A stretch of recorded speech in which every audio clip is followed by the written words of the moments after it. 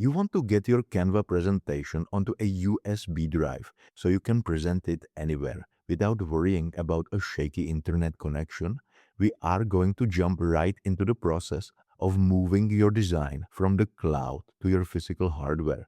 Open your presentation in Canva and look at the top right corner of your screen for the share button.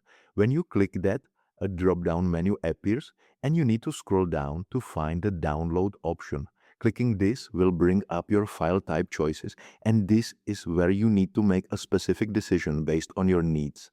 Usually, you will want to choose either a PDF or a Microsoft PowerPoint, which is the PPTX file.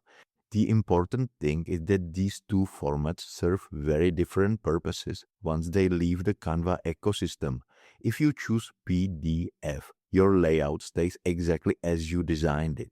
The fonts won't shift and the images will stay in their precise spots regardless of what computer you use to present.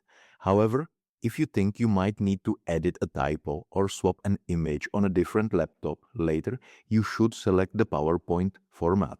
Now, that goes both ways. While the PPTX format allows for later editing, some of your custom Canva fonts or complex animations might look slightly different when opened in standard Microsoft software.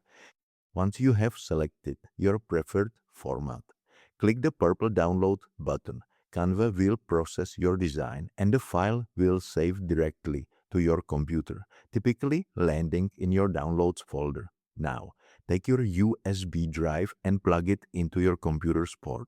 You should see a notification that the drive has been recognized. Open your File Explorer or Finder window and locate the presentation you just downloaded. In my case, I usually keep my downloads folder open on one side of the screen and my USB folder on the other. Simply drag the file from your computer and drop it onto the USB drive icon. You can also right-click the file, select copy, and then paste it into the USB folder. Before you unplug the drive, there is a helpful tip you need to remember. If your presentation includes videos, audio, or links to external websites, you should open the file directly from the USB to test it. Some elements may not play the same way on a different computer, especially if that computer isn't connected to the web.